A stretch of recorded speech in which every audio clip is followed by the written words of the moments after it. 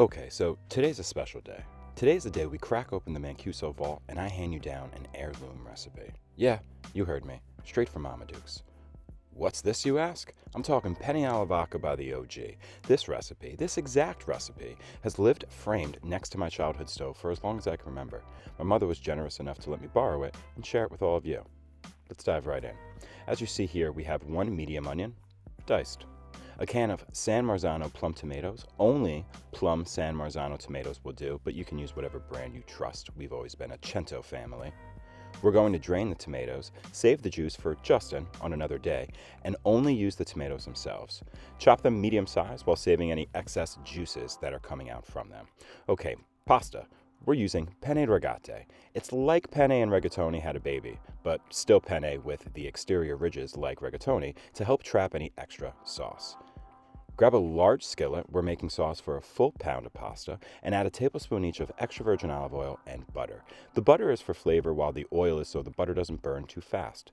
Get that all melted and add in your onions. We're just going to saute these for about 5 minutes or so until they become soft and translucent.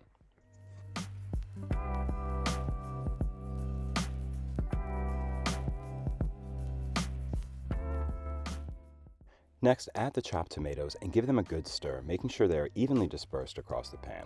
Now, there's a rule of thumb with this recipe from this point on.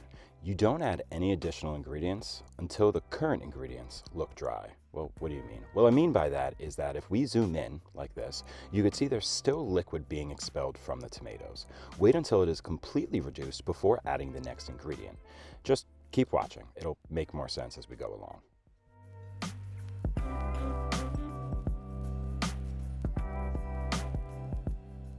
Okay, see how dry it got? Now drop your heat to medium-low, add your vodka, and give it a good stir. Bring it back up to medium once it's all mixed, and again keep an eye on it, stirring occasionally until all the liquid is cooked out and that dry vodka is now infused with our veggies. After this step, I like to add a good tablespoon of red pepper flakes and another tablespoon of our butter, which I did off camera here and can't remember if we got it on film, so I'm just mentioning it now. All right, again, looking dry AF, which means we're ready to add the cream to our buttery, spicy, drunk tomatoes and onions. Give that a good stir, moving slow at first, not to splash everywhere, but the heat will help bring it all together into one viscous mass. Keep your heat at medium and let the sauce start to reduce. Now our sauce is about 80% or so done at this point. You could shut the heat off here and hold it so your sauce doesn't break and start boiling your pasta. Again, this recipe is for 1 pound of pasta, but by the power of YouTube, I already have my pasta ready. I saved about a quarter cup of pasta water and add it right before I start to season. Let it tighten up 30 to 60 seconds with the water and then give it a good taste. I wait to season after the pasta water goes in, as the water usually adds some saltiness in itself. Season accordingly after that. This smells extraordinary. I could literally shower in this right now. Then add your al dente pasta and let it cook on medium-low for about another 2 minutes, giving it a chance to really absorb this creamy sauce. Notice it starts to tighten up more when the pasta is added. Mom would be proud.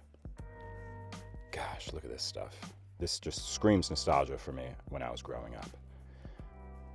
Look, no garlic, no basil, just a few simple ingredients treated with patience, and you get one of the most classic sauces in Italian-American tradition. Make it rain Pecorino Romano cheese and have at it. Nothing beats this comfort dish of a dinner.